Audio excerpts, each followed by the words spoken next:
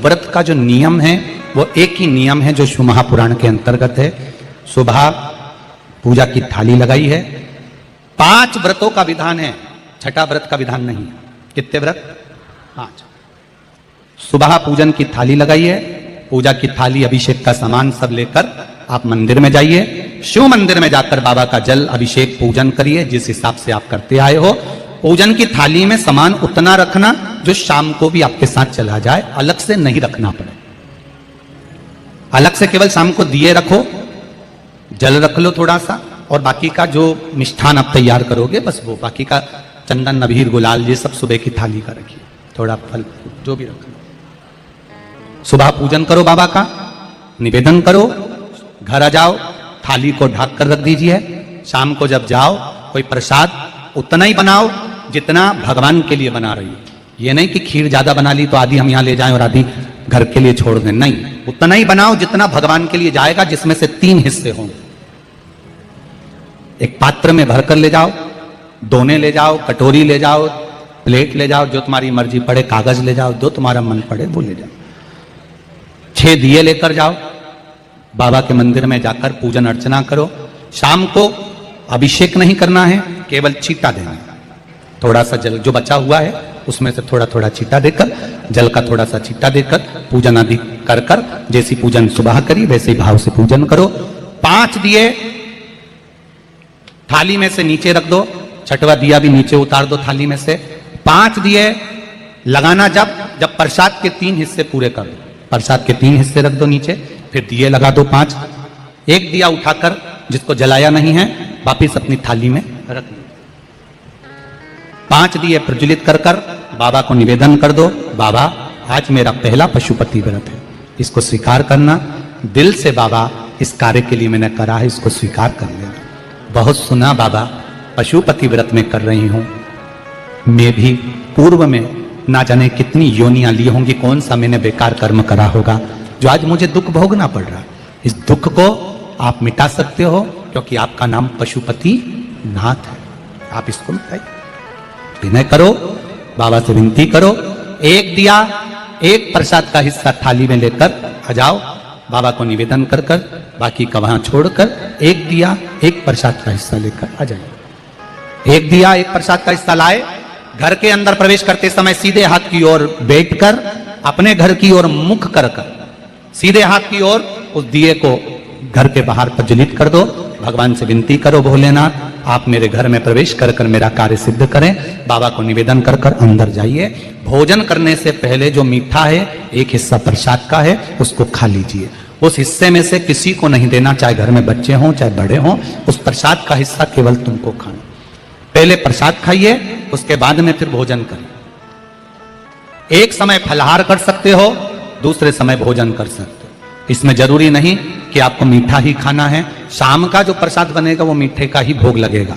सुबेरे आप आराम से नमकीन का भी फलाहार कर सकते हो, मीठे का भी फलाहार कर सकते हो। फलाहार के लिए कोई मना नहीं है, फलाहार आप कैसा भी कर सकते हो। पर भोजन जब करोगे, अन्न जब खाओगे, जब पहले भगवान का प्रसाद खा लो।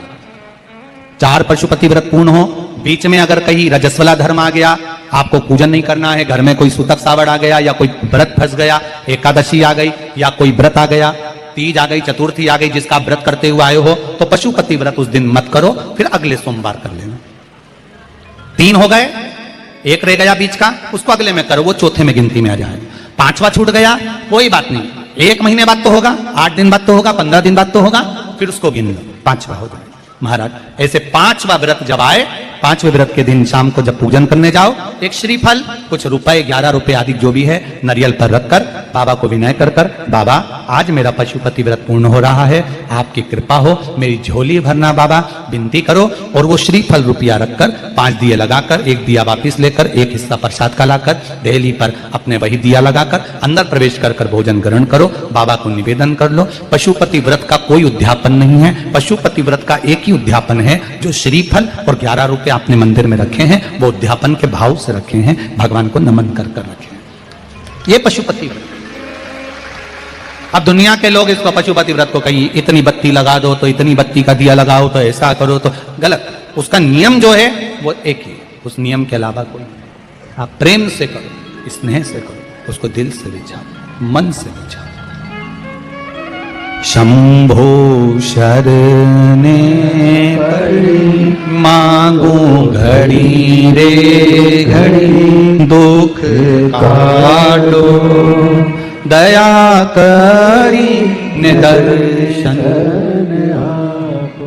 आप दिल से उसका स्मरण, ये पशुपति व्रत है। एक व्रत करने के बाद अगला जब व्रत करो तो थोड़ा रुक कर करना, एक साथ लगे लगाए व्रत ना करिएगा, थोड़ा रुक कर करिए, इंतजार करो 3 महीने का कि बाबा मेरी ऊपर कृपा जरूर करेगा। दिल से करा है तो वो दिल से देगा, झोली भर कर देगा, ये निश्चित है। उसका व्रत फल देता है। करना जरूरी नहीं है कि व्रत माताएं करेंगी, पुरुष कर सकता है, बच्चे कर सकते हैं, बूढ़े कर सकते हैं, बड़े कर सकते हैं, बेटा बेटी कर सकते हैं, नवयुवक बच्चे कर सकते हैं, पर दिल से करो उस पशुपति व्रत। कोई आपका दूसरा व्रत फंस गया है तो पशुपति व्रत को छोड़ दो। उस दिन आपका जो व्रत है, एकादशी हो, चतुर्थी हो, तीज हो, छठ हो, उसको कर लो। नवरात्रे फंस गए, नवरात्रे कर लो, उसके बाद कर लेना पशुपति। जितने व्रत रह जाए उस व्रत को बाद में। महाराज शिव कृपा, व्रत एक ही मंदिर में करना। जिस मंदिर में पहला व्रत करा है उसी मंदिर में 5 व्रत करना। ये नहीं कि हम मायके में 2 व्रत करके आ गए और तीसरा व्रत हमने ससुराल में कर लिया। नहीं, 2 व्रत करके मायके से आ गई हो तो 3 व्रत भी मायके जाके ही करना। अगली बार ऐसे जाना कि सोमवार बीच में फंस जाए और तुम 1 व्रत करके आ जाओ। मायके में अगर व्रत कर रही हो तो अपनी पूजन का सामान अपने ही रुपए का होना चाहिए, मायके के पैसे का नहीं चाहिए। कुंवारी होती और तुम मायके के सामान से पूजन करती, अगर कुंवारी होती तो तुम्हारा वो पूजन लगता, पर विवाह होने के बाद, गोत्र बदलने के बाद आप अपना पूजन का धन अपना खर्च करें। हम तो यहां तक कहते हैं मंदिर में भी अगर लोटा भरा हुआ रखा है, मंदिर में बाल्टी भरी रखी है, आप पहले अपना कुछ रुपया दान पेटी में डालकर फिर आप उस लोटे का प्रयोग करें। पीपल के पेड़ के नीचे पूजन करने गए, आंवले के पेड़ के नीचे पूजन करने गए, बड़ के पेड़ के नीचे पूजन करने गए, किसी की लगी लगाई थाली मिल गई, सामान मिल गया, उसके सामान में से आप मत चढ़ाइए। आपके पास जो सामग्री है आप उससे पूजन करिए। अपने पड़ोसी से 1 रुपया भी मांगकर भगवान को मत दीजिए। जिस भगवान को देते हो उस भगवान को बुरा लगता है कि मेरे सामने खड़ी होकर हाथ पड़ोसी के आगे फैला रही है, तुम मुझसे मांग, मैं तुझे झोली भर कर दूं। प्राप्त हुआ। बहुत सुंदर प्रश्न है आपका गुरुजी। पशुपति व्रत में जो 6 दिए लगाए जाते हैं उसमें बत्ती गोल लगाना चाहिए कि लंबी लगाना चाहिए? प्रश्न बहुत अच्छा है, एक बार जोरदार ताली बजाओ भगवती साहू के लिए। बहुत अच्छा प्रश्न है। हमने पहले भी कथा में कहा कि शंकर भगवान के मंदिर में पार्वती भी है, शिव भी है, दोनों विराजमान है। आप दोनों तरह की बत्ती शंकर के मंदिर में लगा सकते हैं। जहां देवी के मंदिर में अकेली देवी होती है तो वहां पर फिर लंबी बत्ती का क्रम आ जाता है। पितरों की पूजन हो रही होती है, लंबी बत्ती का क्रम आ जाता है। पर जहां पर देवाधिदेव महादेव भी हैं, पार्वती भी है, वहां आप गोल भी बत्ती समर्पित कर सकते हो और लंबी भी बत्ती लगा सकते हो, उसमें कहीं दोष नहीं आएगा। फिर आपने वर्णन करा 5वां व्रत पूर्ण होने पर 108 पुष्प या चावल बेलपत्र चढ़ाते हैं। सबको एक साथ चढ़ा देना चाहिए कि एक एक करके चढ़ाना चाहिए? वैसे शास्त्र रीति के अनुसार पशुपति व्रत में जो 5वां सोमवार पूर्ण होगा और आप 108 अगर कोई वस्तु चढ़ा रहे हो तो एक एक कर श्री शिवाय नमस्तुभ्यम, श्री शिवाय नमस्तुभ्यम, एक एक कर चढ़ाना चाहिए। एक साथ हाथ में लिया और एक साथ नहीं चढ़ाना, एक एक कर समर्पित। बहुत अच्छा प्रश्न है। एक प्रश्न जो आपने किया था उसका उत्तर इस कथा में चल रहा है, नंदी वाला। जो प्रश्न आपने तीसरा करा है उसका उत्तर इस कथा में चल रहा है कि आप कहते हो कि मंदिर से जाते समय नंदी के कानों में कहकर चले जाओ। बैठिए बैठिए बैठिए बैठिए। बहुत सुंदर प्रश्न है आपके, बहुत भाव से और आनंद से आपने करा, और जनमानस के कल्याण के प्रश्न है ये, केवल आपके लिए नहीं है, ये सबके लिए इतने जोरदार प्रश्न है। जो गलती भी करते होंगे तो उसको सुधार सकते। आपने कहा कि नंदी के कानों में कहना चाहिए। लोग हंसते हैं, कहते हैं बताओ वो नंदी के कानों में भगवान को कहना चाहिए। वैसे तो हम आपको एक बात बता दें कि दुनिया के लोग किसी दूसरे धर्म की कभी हंसी नहीं उड़ाते। दुनिया के लोगों को दूसरे का धर्म अच्छा लगता है। दुनिया के लोग सबसे ज्यादा हंसी उड़ाते हैं तो हमारे सनातन धर्म की ही उड़ाते हैं, और जी खुद उड़ाते हैं, दूसरा उड़ाने वाला नहीं होता। दूर के ढोल हमें समझ में आते हैं, उसका धर्म हमें समझ में आ गया, उनका क्या है ऐसा है, आओ कुछ नहीं, उनके धर्म में ऐसा है, कितना आनंद हमें दूसरे के धर्म में लग रहा है, और हमारा सनातन धर्म हमको बुरा लगता है, हमारे सनातन धर्म हमें बुरा लगने लगा। अरे भाई, लोग कहते हैं कि नंदी के कान में कहते हो, ये कोई हमारे पुराणों में या शास्त्रों में लिखा है? भगवती बहन साहू, आपको धन्यवाद देना चाहूंगा और एक बात कहना चाहूंगा, जितनी भी शिव महापुराण के अंतर्गत चाहे उपाय जो बताए जाते हैं कि बेलपत्री ऐसे चढ़ाना, काली मिर्च ऐसे चढ़ाना, चावल ऐसे चढ़ाना, धतूरा का क्या महत्व है, शमी के पत्ते का क्या महत्व है, बेलपत्री के पत्ते का क्या महत्व है, ये जितनी भी बातें बताई जाती हैं ये सब पुराण के अंतर्गत से बताई जाती है। अब दुनिया के लोग इसको चाहे टोटका कह दें, चाहे दुनिया के लोग इसे टोना कह दें, पर पुराण से हटकर कुछ नहीं। और आप लोगों को अगर बोला है कि नंदी के कान में कहकर भगवान शंकर के मन में बात पहुंचे, तो ये क्यों कहा, तो ये भी हमारी शिव महापुराण में लिखा है, जलंधर के चरित्र में। कोई आपसे कहे कि नंदी के कान में बोलने से क्या होता है, ये जलंधर का चरित्र कह रहा है। मां पार्वती जी का हस्त कमल पकड़कर जलंधर लेकर जाने लगा, वृंदा का पति लेकर जा रहा।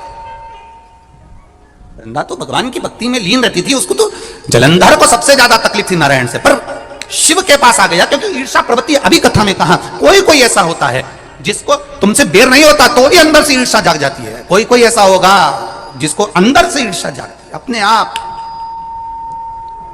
आप अंदर से ईर्षा जागती है, उसका कोई बेर नहीं, और ईर्षा जाग गई, भीतर से ईर्षा जाग गई। ना आप उससे मिले हो, ना कभी वो आप उसके सामने बैठे हो। कई लोग किसी ना किसी की बुराई करते हैं तो हम लोग पूछ भी लेते हैं, क्यों साहब उनसे मिलकर आए हो क्या तुम? कभी नहीं मिल किया, कभी उनका सामना हुआ नहीं हुआ, तो फिर बुराई क्यों कर रहा? एक ने कर दी थी इसलिए हमारे ध्यान में था तो हमने भी कर दी। लो, वो कुआं में डूब के मरेगा तो तू भी मरेगा का? नहीं। नंदी सामने बैठा है, गणेश जी को मालूम पड़ गया, कार्तिकेय को मालूम पड़ गया, मां पार्वती जी का हस्त कमल जलंधर ने पकड़ लिया और लेकर चला, मालूम पड़ गया, तब नहीं रहा गया। गणेश जी को क्रोध आ गया और गणेश जी महाराज आए, शिव जी को जगाने लगे, पिताजी पिताजी पिताजी कर कर जगाया, उठो पिताजी, पिताजी उठिए, पिताजी जागिए, पिता को जगा रहे हैं। भगवान शंकर नहीं उठे, तप में लीन थे। क्या करें हम, जलंधर के पास में इतना बल है, इतना बल है, और पिता की आज्ञा नहीं होगी तो हम कैसे मार देंगे इसको? मारने को तो मार दें। मां ने आज्ञा करी थी कि जलंधर उसको तारकासुर को मार दो, तो कार्तिकेय ने तारकासुर को मार दिया। शिव जी की आज्ञा नहीं तो हम इसको कैसे मारें? क्या करें?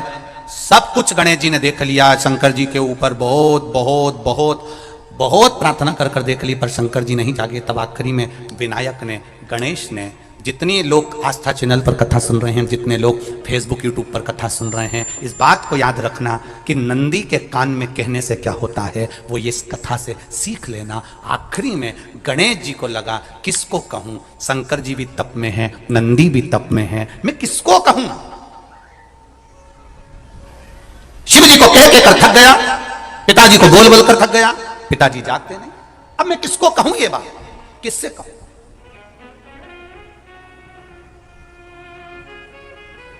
विनायक गए सीधे अब नंदी के पास में। नंदी भी तप में लीन थे, शंकर जी की ओर मुख था, शंकर जी की ओर मुख था। गए और जाकर तुरंत विनायक ने नंदी के कानों में जाकर कहा, नंदीश्वर, मैया का हाथ पकड़कर जलंधर लेकर जा रहा है, पिताजी तप में लीन है, कृपा करिए ना। बस केवल नंदी के कान में कहा, गणेश जी दूर हट गए। नंदी के कान में कहा, शंकर जी के नेत्र खुल गए, शिव जी के नेत्र खुले। ध्यान देना जरा, इस शिव महापुराण की, आशुतोष शिव महापुराण की कथा, जो कथा यहां कही जा रही है, यह कथा पहले के चरित्रों में सुनने को नहीं मिली होगी। जरा ध्यान देना इस संवाद पर, जितने लोग आस्था चैनल पर, जितने फेसबुक यूट्यूब पर सुन रहे हैं, सनातन धर्म की हंसी उड़ाने वाले कह देते हैं नंदी के कान में कहने से क्या होता है, नंदी के सामने जाकर बोलने से क्या होता है, नंदी के पास बैठकर बोलने से क्या होता है, नंदी के पास बैठकर शंकर जी का मात्र दीदार करने से क्या होता है, दर्शन करने से क्या होता है। वो अच्छे से समझ लेना, जो लोग सनातन धर्म पर उंगलियां उठाते हैं वो अच्छे से समझ लें इस बात को।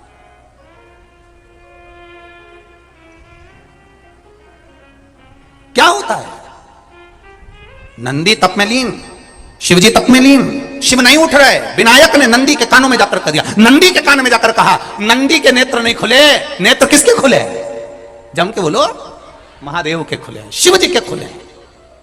ये मन का तार, नंदी शंकर की आराधना कर रहे थे, शिव अपनी भक्ति में डूबे थे, यहां कहा यहां पहुंचा, जो दिल में था उस तक बात पहुंच गई। नंदी के दिल में शिव थे, तुम कहे नंदी ने शंकर तक बात पहुंचा दी। वो सूत्र जो बंधा था दिल से दिल तक का, वो पहुंच गया।